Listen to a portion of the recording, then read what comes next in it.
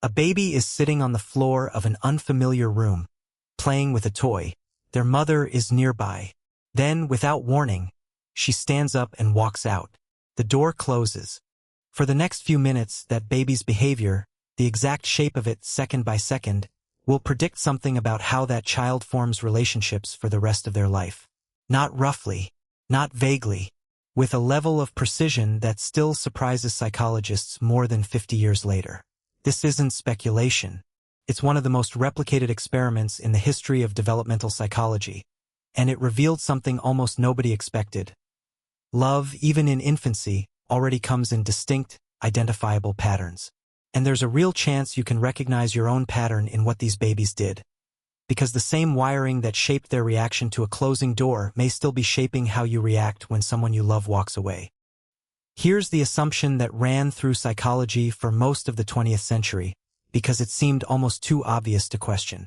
Attachment, the bond between an infant and a caregiver, was treated as a single, unified thing. A baby either had it or didn't, secure or insecure, present or absent, like a light switch rather than a spectrum. It's a tidy framework. It also turned out to almost completely miss the point. In 1969, developmental psychologist Mary Ainsworth, building on earlier theoretical work by psychiatrist John Bowlby, designed a procedure that would become one of the most influential experiments in the field's history. She called it the strange situation. A mother and her 1-year-old infant are brought into an unfamiliar room filled with toys. Over the course of about 20 minutes, the pair goes through 8 short episodes. The mother leaving, a stranger entering, the mother returning. What Ainsworth was actually measuring was something far more specific. Exactly how the baby behaved when the mother came back. The first and most common pattern, showing up in roughly 60 to 65% of infants, she called secure attachment.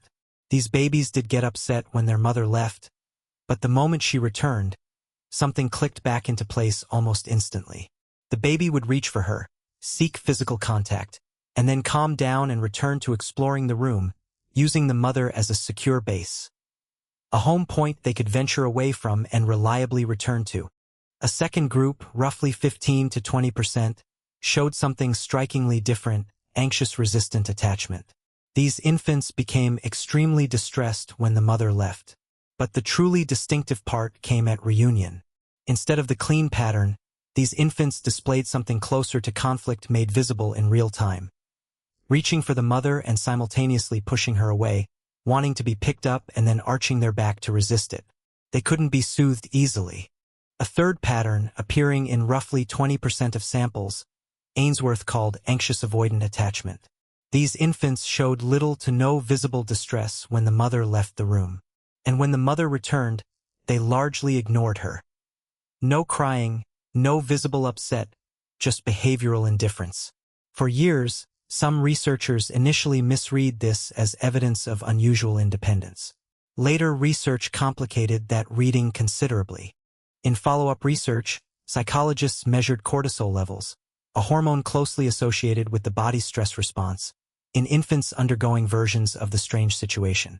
Avoidant infants, the ones who appeared outwardly unbothered, often showed cortisol elevations just as high as, or higher than, the visibly distressed infants. Their bodies were registering the same alarm. They had simply learned not to show it. This is exactly the question Ainsworth's broader research program was built to answer. She had spent extensive time conducting detailed home observations of mothers and infants in Uganda and later in Baltimore. Mothers of securely attached infants tended to be reliably responsive. Mothers of anxious-resistant infants tended to be inconsistent. And mothers of avoidant infants tended, in Ainsworth's observations, toward a pattern of rebuffing or being uncomfortable with close physical contact, teaching the infant that expressing need didn't help. In the 1980s, psychologist Mary Main, one of Ainsworth's own former students, kept encountering infants who didn't cleanly fit any of the 3 established categories. Infants who would approach the mother and then freeze mid-motion, or approach while looking away, or display strange, contradictory movements. Main eventually named this 4th pattern disorganized attachment. Not a coherent strategy, but the apparent breakdown of any strategy at all. Subsequent research linked disorganized attachment particularly strongly to caregiving environments involving frightened or frightening caregiver behavior. This creates an unsolvable biological bind. The infant's instinct says approach the caregiver for safety, but a simultaneous instinct says avoid the caregiver as a source of threat. An infant's nervous system has no third option available. It can only display the paradox. Does an infant attachment classification at 12 months determine the rest of a person's life? Longitudinal studies, including work from the Minnesota Longitudinal Study of Risk and Adaptation, which has tracked participants from infancy into their 40s, have found meaningful continuity between early attachment patterns and later relationship functioning, emotional regulation, and even how people describe their own childhoods as adults. But continuity is not destiny. Researchers call it earned security. Adults who were classified as insecurely attached in infancy but who, through a subsequent stable relationship, therapy, or their own reflective effort, developed patterns of relating that look by every measure functionally secure. The nervous system that learned an insecure pattern at 12 months is not permanently locked into that pattern for the next 80 years.